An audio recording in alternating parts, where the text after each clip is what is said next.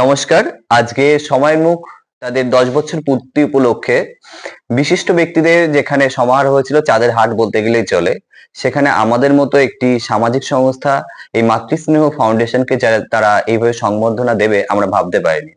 যাই হোক, আমাদের মাতৃস্নেহ ফাউন্ডেশন এবং ফাউন্ডেশনের প্রতিটি সদস্য প্রতিনিয়ত তারা অক্লান্ত পরিশ্রম করে চলেছে।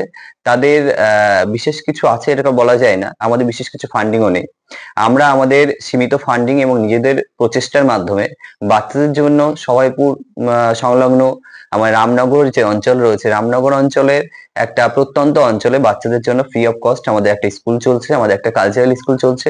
প্লাস সাথে সাথে আমাদের প্রতি সপ্তাহে একটা করে অ্যাওয়ারনেস প্রোগ্রাম থাকে এবং আমাদের পরিকল্পনা আছে যে আংরাইলের বুকেও আমরা একটা বাচ্চাদের জন্য সাধারণত প্লে স্কুল দিয়ে শুরু করব। পরবর্তীকালে সময়, সুযোগ এবং পরিস্থিতি যদি আমাদেরকে এগিয়ে নিয়ে যায় এবং প্রত্যেকের ভালোবাসা এবং আশীর্বাদ যদি আমরা পাই, তাহলে এই স্কুলটা আমরা একদিন হয়তো ভালো জায়গায় পৌঁছে দিতে পারবো। তো আমরা সকলের কাছে প্রে করছি এই যে সময়ের মুখ আমাদের জন্য যে ভেবেছে, তো সময়ের মুখকে অসংখ্য ধন্যবাদ এবং তাদের আমরা কামনা করছি ঈশ্বর যেন তাদের আগামীতে এই যে চলার পথটাকে অনেক সুদূর প্রসারী করে। এবং আমাদের যে সদস্যরা, আমি গতকালকে উপস্থিত ছিলাম না, বিশেষ কারণবশত আউট অফ স্টেশন ছিলাম, আমি শুভ আমরা ছিলাম।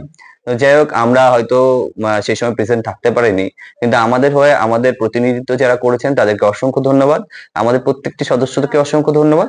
এবং আমরা চাইবো যাতে আমরা আমাদের কাজগুলো এভাবেই তুলে ধরতে পারি এবং মানুষের পাশে থাকতে পারি।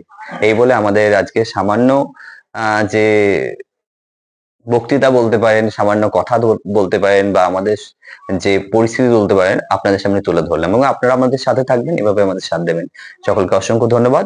বিশেষ করে সময়ের মুখকে আরো একবার ধন্যবাদ জানিয়ে আজকে আমরা এই ছোট্ট কথা শেষ করলাম।